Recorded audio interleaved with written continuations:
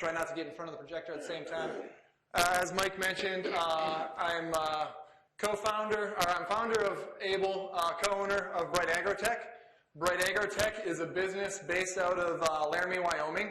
And so the majority of our employees are based there. And University of Wyoming is, of course, the big presence there in Laramie, and that's the reason why Bright Agrotech is based there. It's a company that started back in 2010, and as 2015 is when we joined up Able as a software portion to what Bright Agrotech is on the hardware and the service side of things. So where Bright Agrotech falls into this, they're actually, we're producers of hydroponic equipment, so a lot of herbs and greens that are grown for the local markets and indoor controlled environment, agriculture type of environments is what we focus on. So let me just cover a little bit here, starting with a little bit about me. As you see here, moved to Rochester in 2008, so I was a trailing spouse as my wife was an engineer at IBM at the time, and so that's how I got to Rochester. Worked for a short period of time at the Mayo Clinic, so started there about 7 years ago now, so a little while after I moved here. Worked for the Mayo Clinic in web development, and then I created, about 2 years into that, created Fresh with Edge, which was, as Mike was mentioning, was in the local produce industry. So we were growing for the farmers market, a few restaurants here in town. That was just when local food was becoming a little bit more popular with restaurants here in town, in addition to the local food co-op. So that's where my experience with starting this was, and then the experience of operating that operation while working full-time at the Mayo Clinic is what led me to create Able, basically to help me manage the operations there with Fresh with Edge.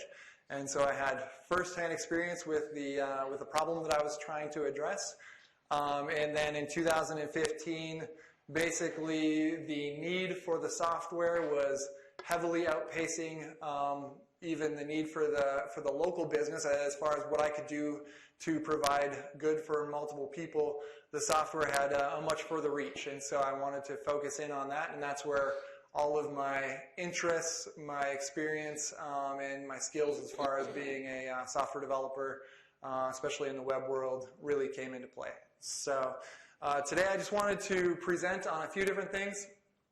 So as far as entrepreneurship, I wanted to talk a little bit about entrepreneurship in general, but then even a little bit as well on entrepreneurship here in Rochester. So I think there's some things here in Rochester that definitely, makes it unique, of course, to other communities, and that's one of the things with being an entrepreneur. You always have to try and figure out what is your edge, right? So what's the advantages that either your experience, your environment plays into giving you the edge in the market.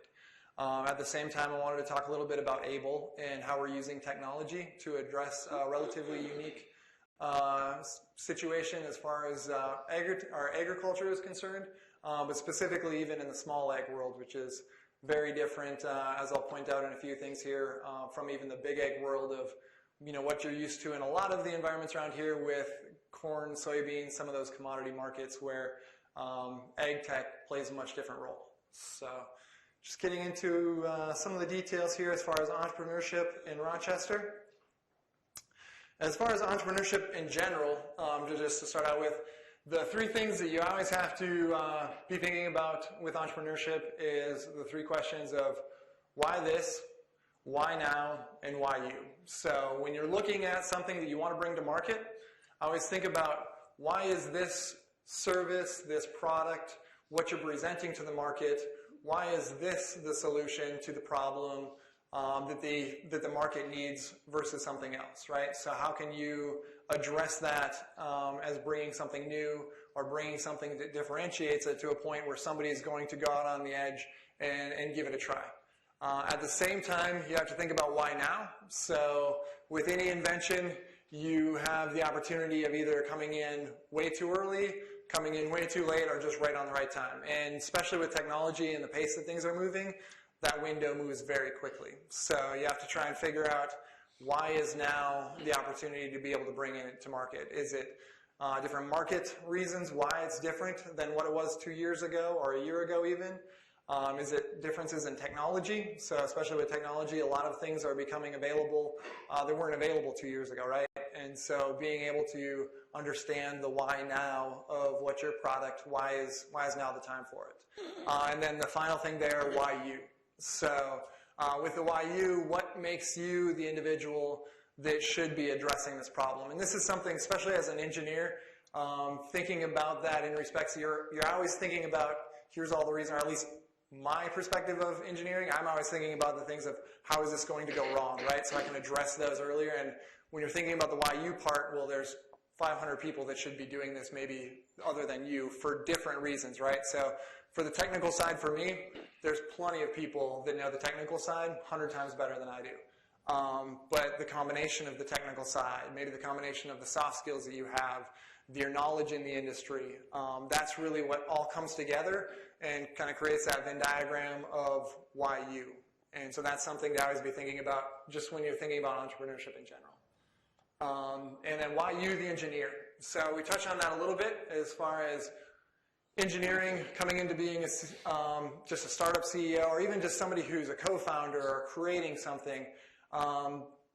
The advantages of being that engineer as even the startup CEO, some of the things that the industry knows is the reasons why engineers make good CEOs or good startup founders is just from what they're used to doing as an engineer, right? So you're always used to trying to solve the problem with the smallest amount of resources you have, because you can always use more, but you always have to solve with what you have. So you have that natural scrappy nature. At the same time, you're accustomed to thinking about the problem and how things can fail right from the start. So instead of getting, 2 months down the road and starting to find in some of the really obvious issues, of course, you're always going to find more and more as you open up more doors, understand things further. But being able to address problems from the beginning, think about things in a holistic picture, that's something that every engineer has experience with. In addition, that attention to detail, very important as you're starting something new. Again, there's 500 things that can go wrong with it. You just got to try and figure out which ways you can address those problems and think of the 501 ways that you can make it work. So, and then beyond that, you're used to doing your own thing. You're used to doing things on your own, I should say. So instead of building a team around you that's solving all of the problems. So when you think about being a CEO from the salesman perspective, a salesman is used to thinking about who they can bring in to solve all of the different problems, organize those people, and then make it happen. So salesmen make great CEOs, but maybe not the greatest CEOs when they're just trying to start things out. When you're just trying to start things out, you don't have all the resources, you need to be able to address a lot of those things yourself. And so again, being an engineer, you're able to address a lot of those problems yourself and take care of it when you don't have that team of even 5 people to help you out with it, right? So that's another reason why, thinking about yourself as an entrepreneur, as an engineer, you can really, even address that last point there. You can take care of the expensive parts, right? Usually engineering, when you're the engineer, you're the expensive portion of the equation. That's even with my team as the software developers. The majority of what we are doing in the rest of the company, we're selling a lot of the products that we've already engineered in the past, and so a lot of our costs are on the sales side of things or on the marketing side of things. And even when you're stacking that up against a couple of my developers that I have doing software development in the web world, it's an extremely different relation, right? So if we were to try and address this right from the beginning by hiring somebody out to just start building the software, it just wouldn't be a possibility. And so being able to be that person that can take that expensive side out of the equation is another really good point of being that engineer to start things out. So, and the last thing here, I just wanted to denote, don't try to be the slow opener on this, right? So the one downside is being an engineer, you get so used to solving all the problems that you think, I got this, right? So I can address all of these different things. I can build a website. I can market this out. You can address those things. You can start doing some of those things. But when you try and start doing this from a very professional standpoint, you really start running into, a lot of those areas where you aren't the person with the experience. So when it comes into marketing, communicating with customers, a lot of those things can be challenging when you're used to solving problems, heads down, driving through the issue. You don't have a lot of times for those extra details. Sometimes as an engineer, and that's one of the things that working with a lot of engineers who are starting their own things, that's one of the challenges that you see is, well, I don't need to bring somebody else in because I got this. And so do your best to try and find somebody to join you on the endeavor. Being an entrepreneur, it can definitely be challenging at a lot of points in time. And just having another person as part of that journey can make things much easier, and can also make things much more successful just because you have another person there to not only be held accountable for, but then another person to help you move through all of the challenges that you'll encounter. Keep on dropping out here. All right, so getting a little bit more specific to entrepreneurship in Rochester. So entrepreneurship, like I said, in general, the one thing that you always have to try and figure out is what's your unique situation that you can use to address the problem.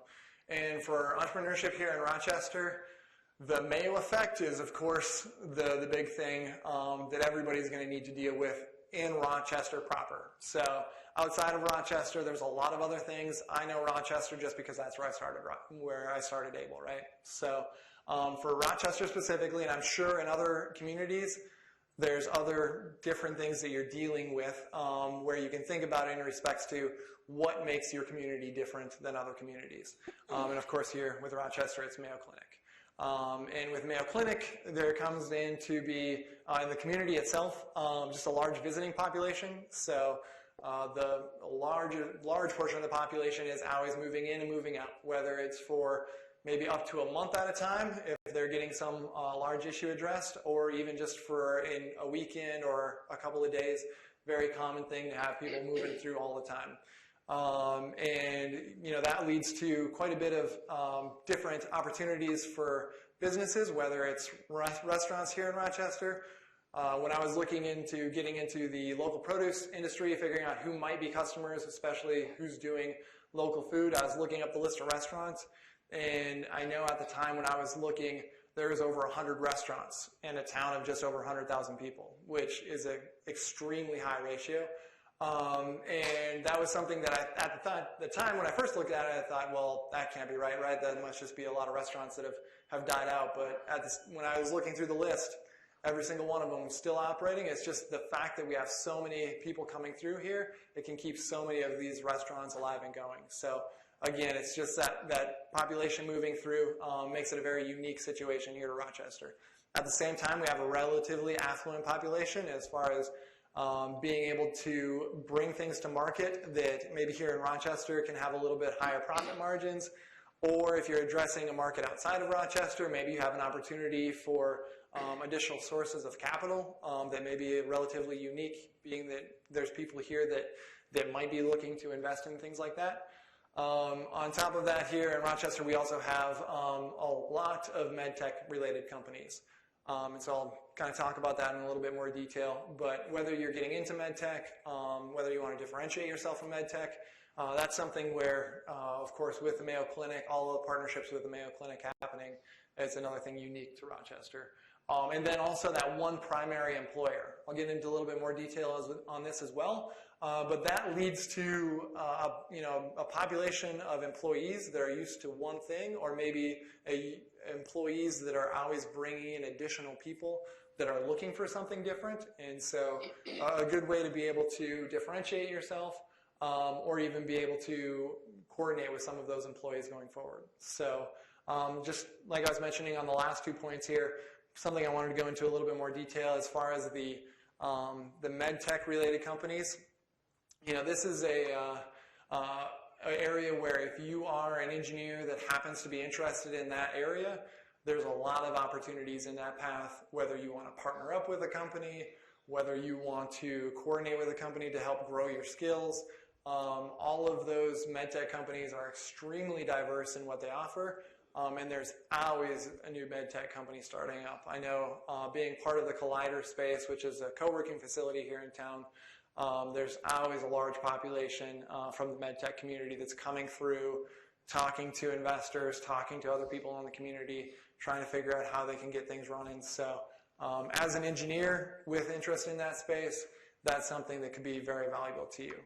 And then at the same time, kind of the inverse of that, if you are an engineer bringing a product to market outside of that space, it becomes very easy for you to differentiate yourself, right? So for myself, being in the ag tech space, when I'm talking to people from marketing, whether it's a local newspaper or a radio or a TV, giving them an opportunity to talk about an article or something happening here in town that isn't medtech related, that's a new opportunity that is maybe a little bit easier to present ag tech versus yet another medtech company. At the same time, when you're talking to, working with the lawyers here in town, they have a little bit more interest in working just on what you're doing versus another one of the medtech companies. Granted, you're always paying a good amount of money for anybody in the professional space, but at the same time, like I said, you have your opportunity to differentiate yourself, which is definitely something that you can take advantage of here in Rochester. So, and then the second point there, or the last point that was in that list of 4, as far as entrepreneurship in Rochester, the fact that Mayo Clinic exists and what they do and how they do things presents a lot of good opportunities. So for me specifically, Mayo Clinic was really my seed stage of starting the company, both with Fresh with Edge and even with Able. I was working at a company that working 40-hour weeks, and outside of that 40 hours, you can get a heck of a lot done. At the same time, you're getting paid very well, and so it gives you the opportunity to be able to start up some of these other opportunities, such as Fresh with Edge, which was almost 100% funded from the beginning from Mayo Clinic, with just my salary of what I was making there, right? So that's something that a lot of people have, that opportunity of being able to start something while they have the full-time job, and it's a very nice way to be able to understand what your market is, understand what your interest is in doing something like that while still having that stable backing of the Mayo Clinic. And then at the same time, it's also a great offering for something that isn't the startup life, right? So whether that means that it's just differentiating itself from that startup life, and the fact that now there's employees that, if they're looking for a job, aren't necessarily going to be falling into your list of people to interview because they have another opportunity at the Mayo Clinic, right? So there's a lot of different places and areas of engineering, and even outside of engineering, of course, that the Mayo Clinic is always hiring in. And so you don't have to necessarily worry about putting out a job offer out there and finding people that aren't necessarily interested in doing the startup thing. If they're finding you, it's because they're looking for the startup thing, right? So that can, of course, be a disadvantage in the fact that it takes a little while for people to even realize that you're here as a company. With Able and Bright Agrotech, I'm sure nobody else in this audience had heard of our company before this, just because there's so many other things going on, and especially Mayo being the big one. It's hard to get people to even hear about what you're doing. But like I said, you got to be able to find ways to be able to use all of these things as your advantage, and kind of filtering out those employees is a good way to do it. At the same time, it's starting to bring in additional opportunities with 4-year schools. So I know there's a lot of schools that are coming here, of course, for the medical side of things, but they're looking at bringing other things such as entrepreneurship, and of course technology is always a big thing that people are trying to focus on just because of the opportunities that it brings. And then there's not really a lot of companies that stand out beyond them. So when you can differentiate yourself, it's a good way to be able to introduce yourself to the community. So again, going back, actually I covered this already. I don't know how that made its way in there additional. There's a loss of the attention to detail, I guess. I did want to talk about a little bit from Able as far as what we do, how we're addressing the ag tech community. So first part there, I just want to talk about entrepreneurship in general, and in Rochester here. This is getting into just what we're doing here with Able, and how things are a little bit different, even from, like I mentioned here, the big ag world. So And when I can tell you a little bit as far as Able, and I'll go into some more detail about it, we're basically providing software for the small ag space, which is the produce industry. And there's a lot of people that are getting into that market, and we'll go into that for a lot of different reasons. But it's very different than the big ag space, where the big ag space, the problems that they're trying to address is really in a very developed agricultural space. So these are family farms that have been run for generations. They know how they're doing things, and so a lot of the data is very farm specific, because up until this point, everything was run on thumb drives, right? So all of their past year's data is sitting on a thumb drive somewhere, if that, and it's a combination of Excel documents, some of the outputs that are coming from some of their machinery now, and it's all put into big piles, and really not much is done with it, because up until this point, there really wasn't a lot to do with it. And so a lot of the people in the big ag space, they're trying to address the problem of how do we take all of this information that's coming in, like I said, from the machines, coming in from plenty of different of these Internet of Things type of devices, drones, and everything, of trying to take that information from imaging to output on the machinery, and trying to figure out how can they improve this one farm, but then also aggregating that with all of the other farms in the area. Some of the challenges that they encounter with that is, as I mentioned, this is generations of knowledge and generations of doing things in a very specific way.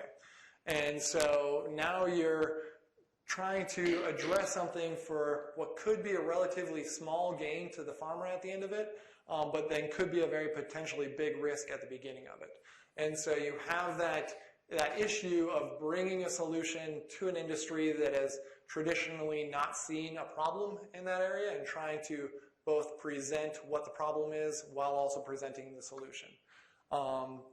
And so that can definitely be a very challenging thing to do. Whereas on the small ag space, and again, at small ag, what we're talking about there is the produce industry. So everything as far as what you see in your produce aisle is really what we consider small ag, which traditionally has been very centralized. So depending on where you're at in the world, here in North America, that's primarily Southern California, Arizona, maybe even a little bit into Mexico, depending on the crop and the season. And over in Europe, that's Spain, which is the primary producer of a lot of the produce in the European continent. And then when you're talking about Asia, that's primarily China. And so for different reasons in all of those regions, that's really becoming very quickly distributed throughout the rest of those continents. So just to kind of break those down individually, here in North America, the primary reasons fall around environmental. So up until this year, the challenge of not having enough water in Southern California started to become a issue, or started to become something that people would actually realize that water has a price and water has a value. And so they started to attribute that value to the water, which brought the cost of production up quite a ways. At the same time, you have to deal with the employment factor, and so now all of a sudden there's $15 an hour minimum wage in California, which applies to everybody, including the agriculture space, and you're running into issues with having to try and figure out how you can automate all of these things that have traditionally been very heavily focused on the man hours and how many people they can throw at the problem. And so that's really a lot of the reasons why that's beginning to distribute throughout the U.S. In Spain, it's a lot more weather-related again. So this year they were having issues with, the UK, for example, didn't have lettuce because they just ran out because there was storms and a lot of bad weather down in Spain, and so they couldn't produce enough to be able to distribute to everybody. In China, it's a slightly different issue. That's more related to the fact that they are now the world's manufacturer, and with them being the world's manufacturer, they also get to be the world's source of all of the world's result of all of the heavy metals that are now polluting their soils. So somewhere along the lines of 40% of what used to be arable land is no longer arable because of the heavy metals in the soil. And so all of the countries such as Vietnam, the city-states like Singapore, All of these places that traditionally don't have the arable land to be able to produce are now trying to figure out how, even in a controlled environment space, they can start bringing some of this production in a very centralized, heavy amount of production per square foot that they can do. And so that's where all of these places, you're running into the problem, not necessarily generations of doing something in the same way and trying to figure out how to do it better. It's more of the first generation trying to solve the problem for the first time. And so the production is distributing, and along with that, we're also trying to figure out how you distribute the knowledge. And so that's where there's a lot of ways that we're addressing this. It's not necessarily, in the beginning, it's not necessarily about how we can use all of that data from how to improve things on a small scale. It's how do you take the processes and the methods for being able to produce, turning this into a management system that allows somebody to be able to grow, manage a team, and even manage the day-to-day tasks for their operations. And so we're looking at it a lot more in the business sense. And so that's where Able is coming in to address that problem. And so, like I mentioned here, we start on the planning side of things with Able. So our product starts out by looking at the products that they're looking to grow, who they're looking to sell those products to, what kind of production they need to be able to hit that type of sales, that type of distribution, and then what methods they're using to grow those products. So we start on the planning side because no matter what, if you are planning for the first year of production or the 15th year of production, you need to do a planning phase. That's every single year, whether you're just staying the same and you need to be able to take last year's information and move it forward, or you're looking to expand, or again, like I said, looking to start for the first time. We're using that information to then feed forward into the management side of things. And so when you create this plan saying that you need to produce this amount of food, you start looking at that information and figuring out, okay, this is what you need to do every single week as far as seeding, planting, transplanting, harvesting, to be able to make sure you get everything right. If you make a mistake on the beginning of that can be a 7-week mistake, right? So the amount of time that it takes to be able to bring that seed all the way up to a harvestable product. And so you want to make sure that you're getting all those things right throughout that process so that you can be able to handle all of your output at the end of it. And in addition, what we're adding to being able to help out those farmers is the connection to the industry resources. So another reason why we partnered up with Bright Agrotech to bring this to market, a large portion of their customers that were accessing all of the information that Bright Agrotech had from the services side of things, they also needed to know all of this information from the management side of things. And so it was a really good subset of customers that needed the software that we were going to be providing with Able already on their operations that they were trying to operate, grow, expand, do all of those things that the management, the planning really needed to be able to help address. And then at the end of that, once we have all of the information that we can help them out on the day-to-day, really get those major big things combined together, addressing what their problems are in their local area, then we can start aggregating that information again together with all of the other farms that are doing similar type of production, similar type of crops, and be able to provide that information to future farmers, whether they're looking to get into different crops, whether they're looking to be able to produce in a new area for the first time. That's where we can start to then use that information to aggregate to be able to expand the market. Sorry, looks like I was dropping out for a bit there. Oh, go forward. So, just going to touch on a little bit at the end here, just talking about how we're doing it from the technical side of things, keeping it a relatively high level. Not sure what everybody's interest is on the software side of things, but with the way that we're doing this in a microservices architecture. So if you're familiar with software development, and maybe you're familiar with software development even 5 years ago, this was called service-oriented architecture. So with everything, it's really the same idea, just given a new branding, and it's popular again. And so there are some things that are a little bit different with microservices just due to the what's available out there in the market. And we'll talk about a couple of those things here.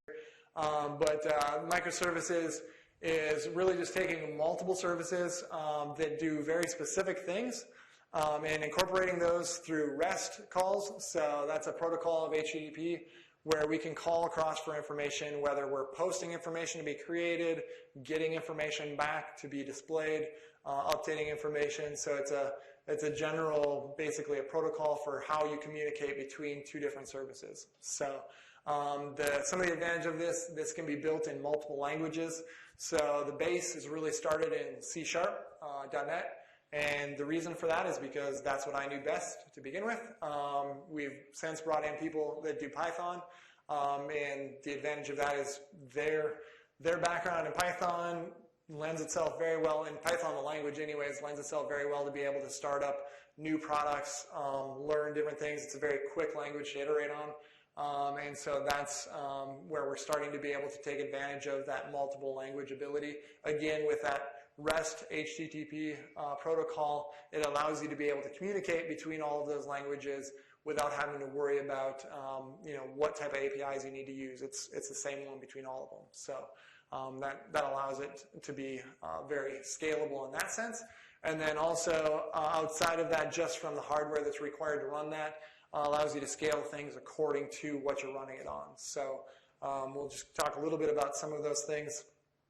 As far as the way that we run it on AWS. So Amazon Web Services is very quickly becoming the leader in this just because of the fact that they provide just about everything you would ever need to be able to run, especially for a small company who has a very big concern with what the costs are and what they're possibly going to be doing in the future, right? So being able to find somebody like AWS that is basically selling their sawdust is a good way to put it, is they needed all of these services, they needed all of this hardware, they needed all of this ability for what they run as far as Amazon and everything that they do with Amazon and all of the other services that they provide.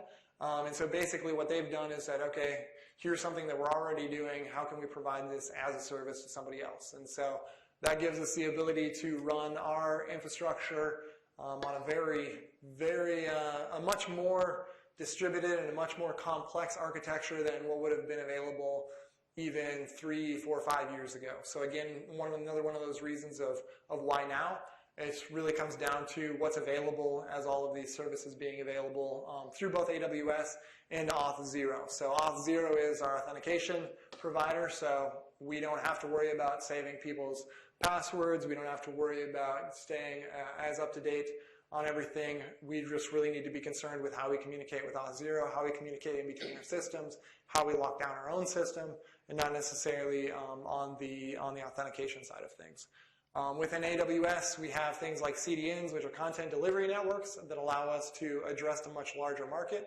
So even though the majority of all of our servers are located here in the U.S. for all of the file storage and all of the servers, we also have CDNs that distribute that file storage all throughout the world. So we have 50% of our customers are here in the U.S., and the other 50% are distributed worldwide. So it allows you to be able to address a much larger market. And even though right now we're only an English-speaking product, it has a very large amount of users that it'll be interesting to see once we do start going outside of English only what we can address. But that's, again, one of those things that a CDN allows you to be able to provide that content much quicker. And basically, just to kind of get into the details of what a CDN is, that content delivery network saves the files that are not dynamic, so all of your static files, whether they are the HTML that creates your page, the CSS that styles things and moves things around, or the JavaScript that makes it interactive. All of that can be distributed on servers all throughout the world. And so instead of a round trip happening from Australia, going across the ocean, getting the information and coming back, which has its limitations, that's something that can be happening right on their continent and being much faster round trip. So it makes all of your information much quicker, and then when you're bringing all the information across, all we have to serve up is just the raw XML or JSON actually that sends the information across. So, and then the last thing there with the Elastic Beanstalk, basically all that's saying is it's taking a lot of things like load balancers, web servers, which used to be very expensive hardware that you had to architect and set up and pay somebody very well to be able to manage, or probably a team of people, that comes down to one DevOps person running multiple services all over the world. So definitely a unique situation there. The nice thing so that's a little bit on the hardware side of things. As far as the people side of things, what microservices really allows you to be able to do is it allows your people to be able to have a much more broad experience with what they're creating. So instead of trying to be the most efficient with developing your code and keeping somebody focused on a very specific one task that can be applied to multiple different portions of the application because it's just one task that you want to be able to repeat over and over. That leads people to, instead of building, on the last point there, instead of building solutions, they're just building a single cog that fits into multiple places. So you end up turning your engineers into almost manufacturing employees in the way that they're just building the same thing over and over and over again, or iterating upon that one thing to make it just a little bit better. Whereas when you can own your own code as a microservices, you can be able to build a much smaller piece and allow a developer to really own that code. So they can make iterations on that code that can solve a much larger set of problems and be able to iterate on that. And the only thing that they really need to be concerned about is if they're sending different information back or requesting different information than what they previously were, that's something that they have to communicate. Other than that, if it's something changing inside, making things work more efficiently, changing things up on what's displayed back in their own little service, that's something that only they have to worry about. So again, you own your own code, you're responsible for your own code, you're not on call on a pager for somebody else's stuff that you have no idea what it does. That's, as a software developer, that's the stuff that makes the job not enjoyable. And that's where microservices makes that a little bit easier to be enjoyable. So, some of the things, if you're interested in software development, if you're going down that path, if you're doing web development and thinking about microservices, some of the best practices is really start big and then make it smaller. So instead of trying to think about what every individual microservice would be, you really want to think about what your whole problem is, start addressing that problem, start building the product that needs to address that problem, and then start breaking it down from there. And saying this portion of it here would make a good microservice and start building that off as a microservice. One, you've already tried to address the problem so you know what you're trying to build to begin with. Two, you know what type of, basically, it really gets into, instead of trying to build something that's going to communicate with other areas and try and guess what that communication is going to be, you already know what that communication needs to be. So again, you're thinking about how that needs to be used on its own, but then also how it needs to be used in the rest of the product. And so that's really the second point there, is really think critically about how your product is going to be used both now and then also the last point there of going into the future. And so as you build out that microservice, make sure that at the point that you're breaking it out, you understand generally what you're going to be communicating with outside of there so that you don't break it off in the wrong point. Or, you know, you're always going to be able to augment it going down in the future, but the more that you can do on the front end, it just simplifies things. So again, you don't have to make as many changes to the information you need coming in, the information you're sending back. That's really where microservices really start to get a little bit trickier, is if you try and do that too early and you try and make that up where you really have to start augmenting that down the line. So yeah, just getting into Able, a little bit of why this product. So again, kind of tying it back to the beginning there of what we talked about of why this, why now, and why you. So why this for me, it's focusing on what is important to the farmers. And so it's, again, kind of ties back to that experience with Fresh with Edge. I knew this was the problem that needed to be addressed. It wasn't the fact that we needed more sensors and collections of data coming in to tell us what our pH levels of our nutrients were. We didn't need that type of level of information to be able to help our operation run smoother. If I can get 0.05% better production on my basil, that doesn't really matter if I can't sell it all, right? And if I can't find another customer to be able to sell to and improve my demand, again, it doesn't matter if I can grow just a little bit more. I really need to be able to address managing the operation, and so, again, that's why this is the product to be able to do it, is the fact that we're looking at it from the farmer's perspective, trying to solve those big problems, make those connections within the industry, and that's why we created Able. Why is it now the time? You know, some of the things that we touched about with the services that are available as far as AWS, with the industry and where the industry is going as far as it becoming distributed and the people needing this as a solution now. That's really the two things that really kind of came together of why this is now the time to be addressing the problem.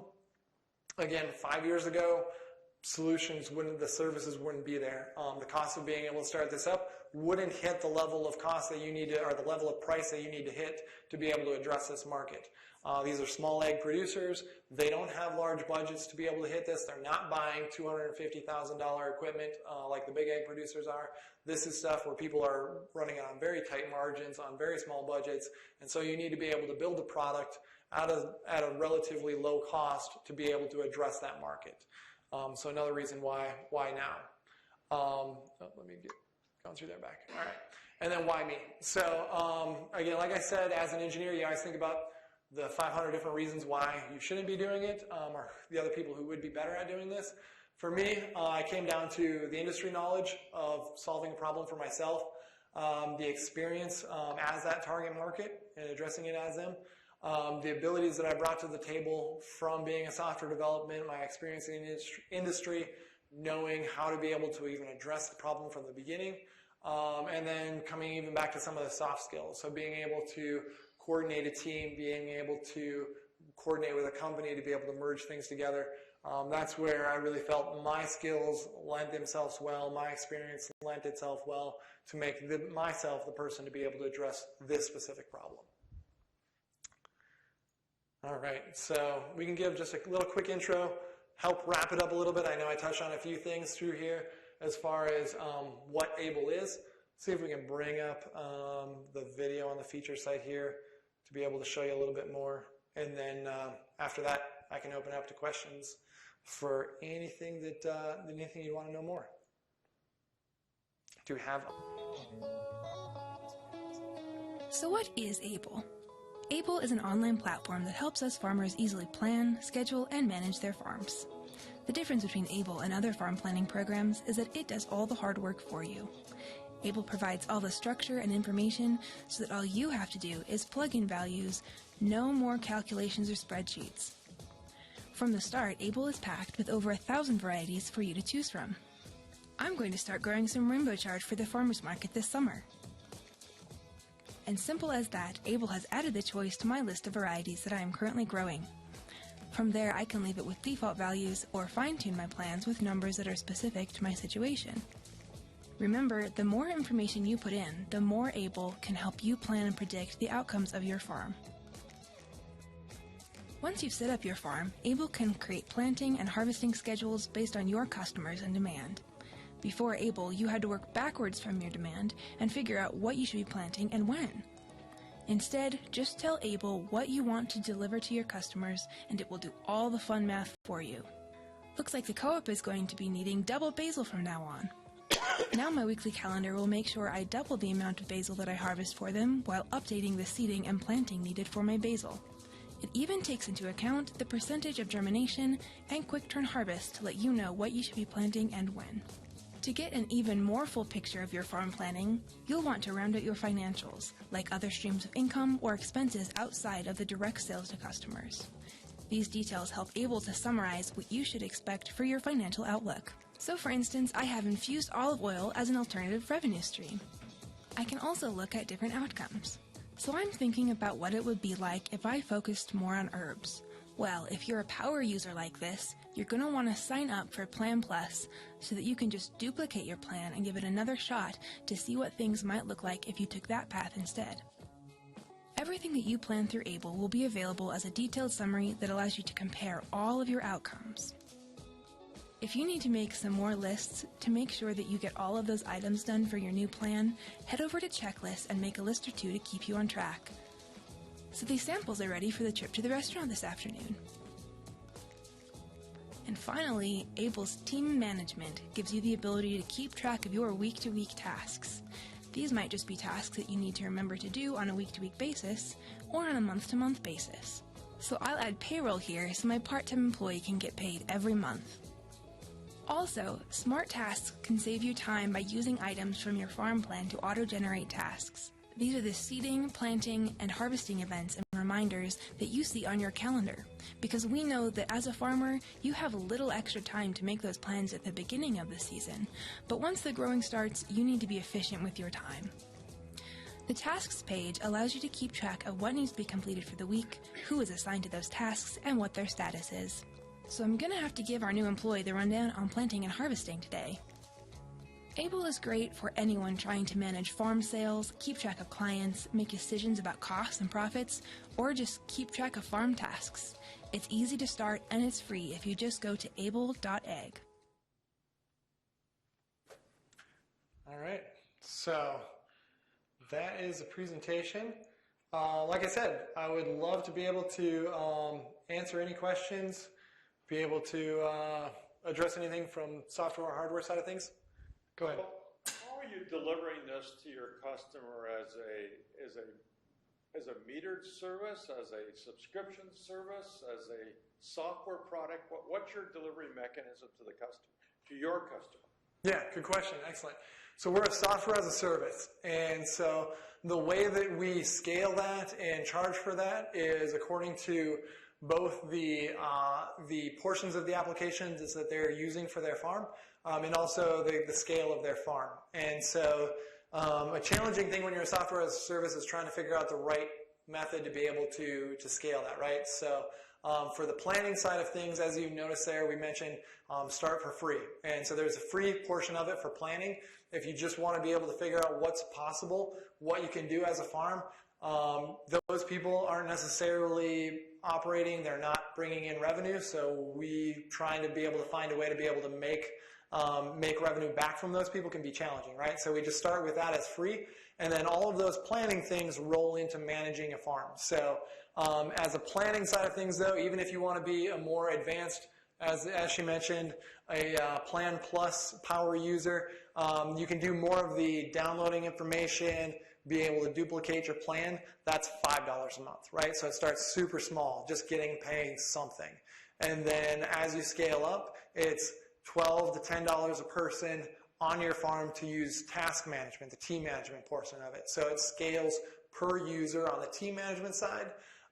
Then when we get into some of our other features down the road for farm management, that's going to be paid per farm, and then along with some add-ons on there for things like compliance, things like seed to sale tracking. So all of those things, they scale both in the functionality and then a little bit on the size of your farm as well. So it's a subscription service.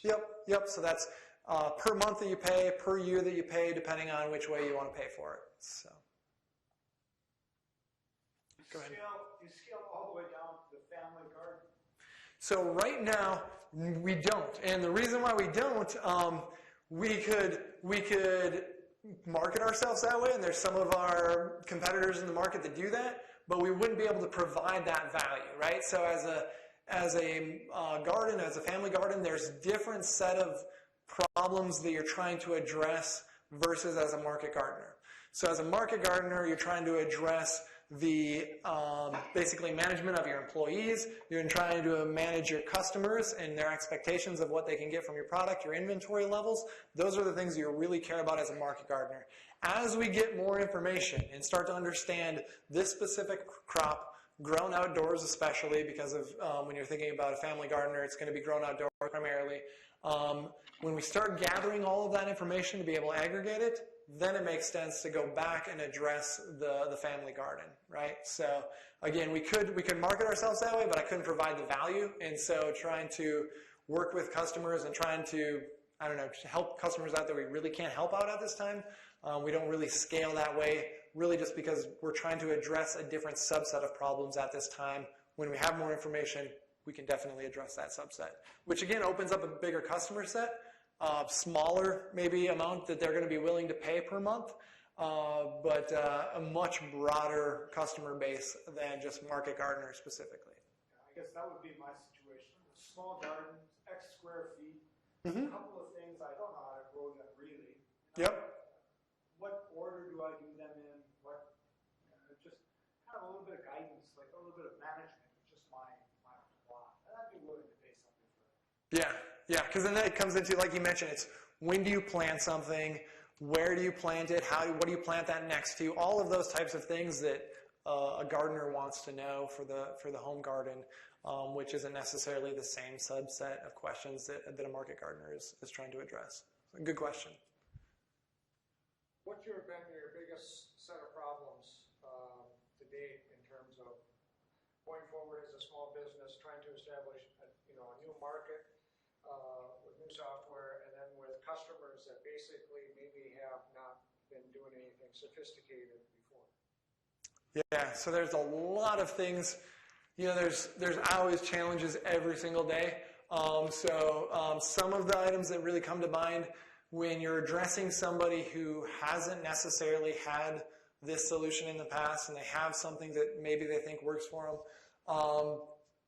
the thing that we're always trying to figure out how to address there is how do you explain everything of what you're doing as much as possible, but still make it streamlined for somebody, right? So one of the things that you'll notice there is you hit a couple of plus buttons on this, and it's all of a sudden pre-populating it with the days from seed to harvest, broken down from seed to transplant to harvest. And so those are a lot of details and information that we're just pulling in there automatically, which then makes it challenging on a couple of fronts. One, you're trying to show them the value of what's happening there, which is just kind of magic on the back end, which they just come to expect as like, oh, okay, that's just the way it works. It's pretty straightforward and simple. But then two, you're trying to make them understand or make them realize that they even have the ability to go back and edit some of those things. And then how does that work? And so unless you get extremely verbose in your descriptions of what you're doing, you can run into the problem of almost obscuring too many of those details so they don't even know that they can address those types of details in editing and going forward. So that can be a challenge. And then also on top of that, you're dealing with a very broad range of skill sets. Something that market gardening, especially in the controlled environment space, is becoming much more popular with the younger generations. At the same time, a good percentage of your market gardeners are working with people that aren't necessarily growing up with computers. And they don't really care to learn all of that stuff as much, especially when they have solutions already that can address it. And so one of the advantages that we have is most of the people that we're coming to solve this problem for, they're new to the market, and so they're looking for something, right? So even if they haven't been using something similar or haven't been used to that skill set in the past, the fact that they're just out there looking for something and we're not running into that big egg problem of, I already have something that's worked for 5 generations back, it gives us a little bit of a step up, but you're still trying to bring technology to people that maybe haven't necessarily been using it at all times. I'll sit there. So, there we go. Any other questions? Go ahead. Is a typical vendor at the local farmers market potentially one of your clients? Yeah. Yes. Is that about the size you're Yep. looking at? That's exactly who we're looking for, right? So there's people that get a little bit bigger that start going direct to wholesale. We can address some of their needs, but when you start scaling your operations, really when you're scaling to that point, you've got a lot of these things figured out, right? And so we're trying to address those people that are coming to the farmer's market because there's a lot of additional value add things that we can give them as we build this service out and as we grow it that makes it more valuable to them specifically who are addressing those customers person to person. And so whether it's going to the farmer's market, those same farmers are the ones that are going to the restaurants. Those same farmers are the ones that are trying to sell into the local Hy-Vees even and food co-ops. So those are the customers that we're primarily addressing. How many of them are there in Southeast Minnesota? Southeast Minnesota, we actually have a relatively dense in this area just because, so the farmer's market, for example, I wanted to say there's somewhere in the range of 40 to somewhere around 40 vendors when I was just at the Rochester Downtown Farmers Market, and those are just people that are doing farmers markets, which is a small subset of all the people that are growing locally here. So I would say in this region, southeastern Minnesota, we're probably looking somewhere in the range of 200, 300 farms. But then when you start getting into the driftless region of Wisconsin, that gets growing very quickly because that's very prevalent in that region. Of everybody what they're producing. So, and like I said, we're addressing it from a lot of regions, even outside of here. So even our local market, I think that's where we'll start advancing when we start doing some of the connections with the farmers market and providing some of those tools that can go from maybe a food hub to a farmers market and distributing the product from there. But with what we're doing right now is we're addressing the larger market in the U.S. and overseas. One of the last pieces, I'm just tracking some of our subscriptions that we just brought up to speed here yesterday, and the latest one that purchased was from Lebanon. And so, somebody farming in Lebanon that I have no idea what their market's like or what even they're producing. A lot of these crops we don't even grow here. So it's a very broad array of customers. Go ahead. Do you factor in different growing environments, like a controlled growing environment versus uncontrolled, like outside? Yeah, yep. So to begin with, we break it down into sections. So we have kind of the production growing media, which we consider hydroponics. So the popular called aquaponics, where you're using aquaculture for the nitrogen to produce for the plants. And so that's kind of the three bases. And then outside of there, we go to production technique, where it's zip grow towers, which is our product from Bright Agrotech, which is a vertical hydroponic growing method. Let me see if we can, I'll go to some of those pictures.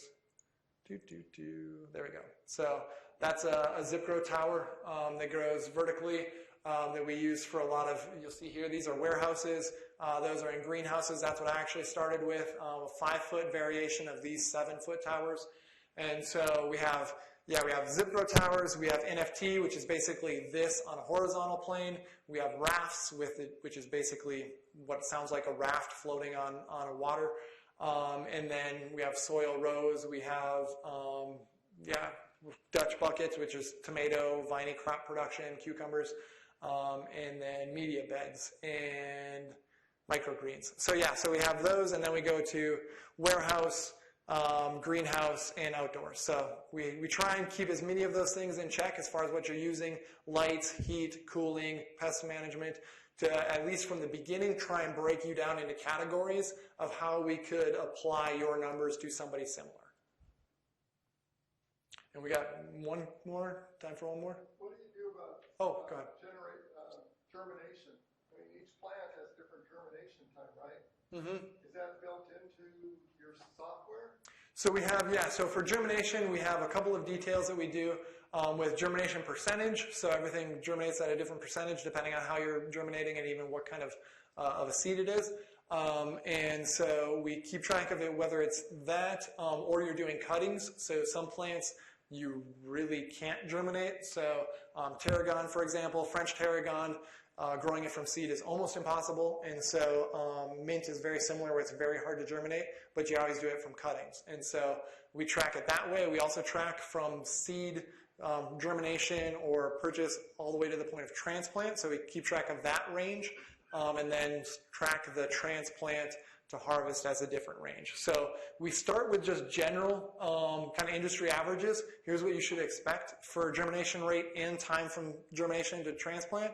But then again, those are those things where they're numbers that are defaulted in there, which gets a little bit difficult to try and explain to your customer base that you can actually go modify those, but then those all modify per farm. If they change the numbers, then it applies those numbers to the rest of their production going forward so that we kind of keep it specific to their operation. And then in the future, those are all the numbers that we then go back, start comparing production methods, how things were similar, to be able to say, for your region and this production method, growing this type of specific crop, this is what you should expect on average, and start getting into some of those details that are a lot more specific per variety.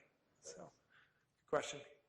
So when you have some new market that comes out, like you brought the Lebanon example, if this is some region that you're not used to or plants that you've never heard of, then what role do you guys end up playing? Are you focusing mostly just on the management, and you just provide them an area to sort of document that we planted this number of plants that you've never heard of, and try to sort of force information into fields that may not be relevant because you're not familiar with how that particular plant grows? Mm-hmm. Or do you attempt to, or do you ask them about what plants they're growing and then try to learn enough about it to then enter new information into your database that they can operate with? There's a little bit of a combination of both, right? So we started it off, and I want to say we put somewhere along the lines of 750 varieties in there, and so that starts as we're breaking it into very generalized levels, right? So you can get very specific when you start getting to the exact family, the exact varietal of every specific crop, and so you can get very honed in, especially when you start getting into hybrids of what's been engineered specifically to do one specific thing. And so we start on the general. So we start, of course, with like greens, herbs, fruits, vegetables. Then it goes down to lettuces. So lettuce, kale inside of the greens world, it's lettuce, kale, chard, things like that. And then it breaks down into like rainbow chard or Annapolis lettuce, and you can even go further than that, which we haven't broken into another level yet. But basically we start at those levels. And then if it goes down into lettuce, for example, then every variety under lettuce, we're just taking defaults, right? So we're saying it's lettuce, you're going to get approximately this much, even though you can get very, there's kind of a general range there, but you can get very broad ranges on the high end and low end of that. And so we do our best to kind of fit you into here's what the generals are. And then you can go in and modify those. So if it doesn't fall into any of those, you can start out with greens and say this is a completely new kind of greens, and you're growing it this way. Or, for example, cannabis, right? So we didn't start out with cannabis, indoor market. There's a very big market for them, both medical and even in some areas the recreational side. We don't have any numbers to that to begin with, but people can go in, add those details as far as what they're considered, as far as what varietals are and what families they fit into, all of the details we have no information on, but they can go in there, add those details, and they can specify everything, right? So they can specify germination rate, time from germination to transplant. They can give those details, and then those are specific to their farm. So every different variety underneath that grouping of lettuce, for example, that'll have that default for their farm going forward. So we can help them out a little bit, but if it's something very unique, something that falls outside of the kind of the general subset of what we already have information for, what we can help them out with is definitely the management side of things. They can get those details in there. Once they get the details in it, it works just the same as if we had them from the default to begin with. And so when we estimate you should be planting here, you should be transplanting here, you should be harvesting here, delivering to these customers here, here's the tasks that associate to that, here's what your finances look like associated to that. All of those things happen just as if you already had the variety in there. And then as we continue to build that out on the back end, we can go in, look at the varieties that are added, and if they fit into the subsets that we already have numbers for, just approve those as new varieties that people can add from. Or we can even go back and modify the numbers to say, okay, well, here on average, you're going to get about this versus that. Here's something that we have a lot of people adding, cucumbers, for example, and we didn't have cucumbers to begin with. Here's about what the industry default should be. So now these are all approved varieties that people can go, and it augments the system as it goes forward. So, and then in the future, then we can go back to how it's produced, the numbers specific to those, and be able to do that in a little bit more of a dynamic fashion, where all of these thousands upon thousands that get added in that we never added in originally, we can do that in a little bit more automated way of saying, okay, well, here's exactly what the average was throughout the industry in your way of growing, and be able to provide those numbers to everybody going forward. We just defaulted it to try and jumpstart it a little bit on the beginning to provide a little more value add for people. So then when you're calculating those averages, is that based purely on just your guys' data, or is there a more global resource that you're able to tap into for that information? So for amount, like grow weight as harvest weight, that's usually more specific to our data. And we vary, so we have kind of, here's a 5-foot tower, this is what it produces. And then we scale that by percentage, pretty easy math, to say a 7-foot tower. We scale that to say, okay, about a 10-foot row in the dirt's going to get about this much on average against it. 10 or 20-foot NFT trough is going to get this amount in it. So we can scale those on the back end with math to give us the kind of the specifics of what those should be from production-wise.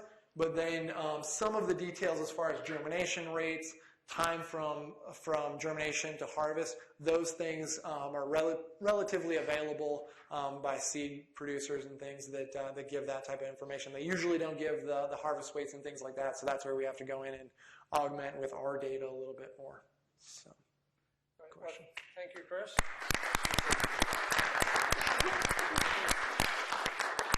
Chris will be available if you got more questions. Feel free to come on down and ask them.